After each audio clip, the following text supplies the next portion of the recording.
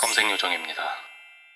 검색 광고와 마찬가지로 자연 검색 영역에 노출되는 콘텐츠 역시 노출, 클릭, 전환의 과정을 갖습니다. 웹사이트의 검색 엔진 최적화를 충실히 수행하면 노출이 개선됩니다. 하지만 이것으로 우리의 사업 목적이 달성된다고 볼 수는 없습니다.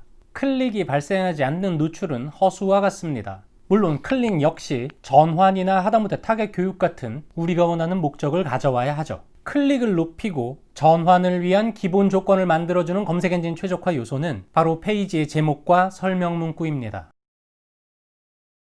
제목과 설명 문구는 검색 결과 화면에서 보여지는 두 개의 기본적인 요소입니다. 사이트 링크와 각종 스니펫을 통해 제공되는 확장 요소들이 있지만 아무런 설정이 없는 경우에도 검색 엔진은 이 두 개의 요소를 검색 결과 화면에 제공합니다. 달리 말하면 제목과 설명 문구는 기본적인 환경에서 사용자의 클릭을 유도하는 두 개의 유의한 요소가 됩니다.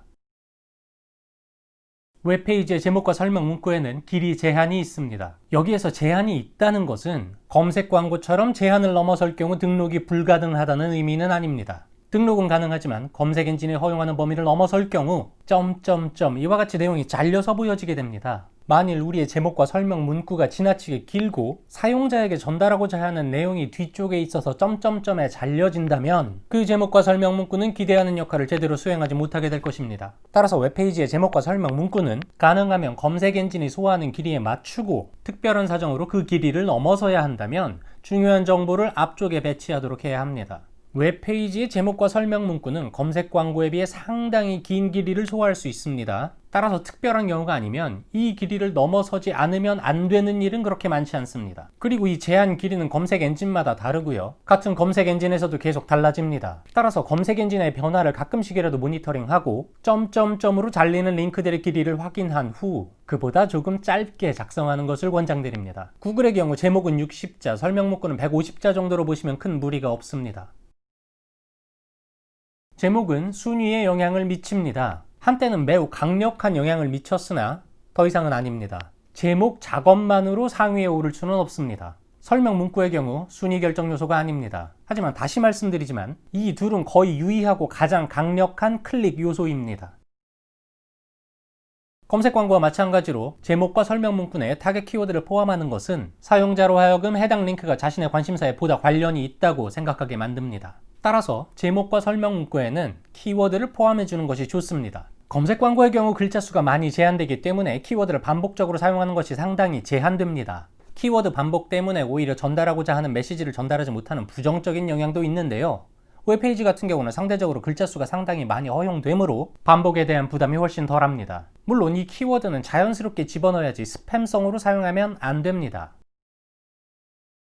제목과 설명 문구의 내용은 단순히 사용자의 눈을 사로잡는 것뿐 아니라 방문 페이지의 사전 경험을 제공해야 합니다. 사용자들은 자신이 클릭해서 방문할 페이지가 그럴 만한 가치가 있어 보일 때 클릭을 하는 경향이 더 높습니다. 그리고 본인이 검색 결과 화면에서 제목과 설명 문구를 통해 갖게 된 기대와 웹페이지에 방문했을 때의 경험이 다를 경우 바로 이탈하는 경우가 높습니다. 따라서 의미 없는 브랜드 홍보 슬로건이나 클릭만을 목적으로 하는 낚시 메시지보다는 해당 페이지에서 사용자들이 경험하게 될 정보와 컨텐츠 요소를 우선해서 넣어줘야 합니다. 사용자의 기대에 맞춰서 말이죠. 네이버는 한 영역에 최대 10개, 구글은 4개의 검색 광고를 제공합니다. 그리고 자연 검색 컨텐츠는 한 페이지에 10개가 나옵니다. 구글의 경우는 검색 광고보다 자연 검색에서 더 많은 클릭 경쟁을 하게 된다는 얘기가 됩니다. 그렇다면 10개의 링크들 중 클릭을 받기 위해서 차별적이고 우월한 메시지를 전달하는 것은 보다 더 중요해집니다. 이 역시 사전 경험의 한 부분입니다만 상당히 중요하기 때문에 별도로 말씀을 드립니다. 웹사이트에 우리가 사용자들로부터 기대하는 행동 요소가 있다면 그것들을 설명 문구에 반영하는 것이 좋습니다. 휴일 없이 24시간 상담, 쿠폰 다운로드, 비회원 간단 구매, 설치 동영상 확인 등입니다. 우리가 그것들을 웹페이지에 넣는 이유는 우리뿐 아니라 사용자들에게도 그것들이 의미가 있기 때문입니다. 그들에게 의미 있는 요소가 있음을 알림으로써 클릭 가능성을 높일 수 있습니다. 각 페이지는 독립적인 제목과 설명 문구를 제공해야 합니다. 앞에 작성법들을 생각해보면 당연히 독립적이 될 수밖에 없겠지요. 특히 제목의 경우 검색 결과 화면에서 제공되는 것 이외에도 구글 어널리틱스에서 페이지 제목별로 성과를 분석하는 데 사용이 되고요. 웹 접근성 강화 인증에서 필수 대상 항목이 됩니다. 따라서 제목의 경우는 모든 페이지에서 독립적으로 제공이 되어야 합니다. 소셜에 공유되는 정보를 위해서 OG 태그를 사용하시는데요. 여기에서도 독립적으로 페이지별로 나눠주셔야 합니다.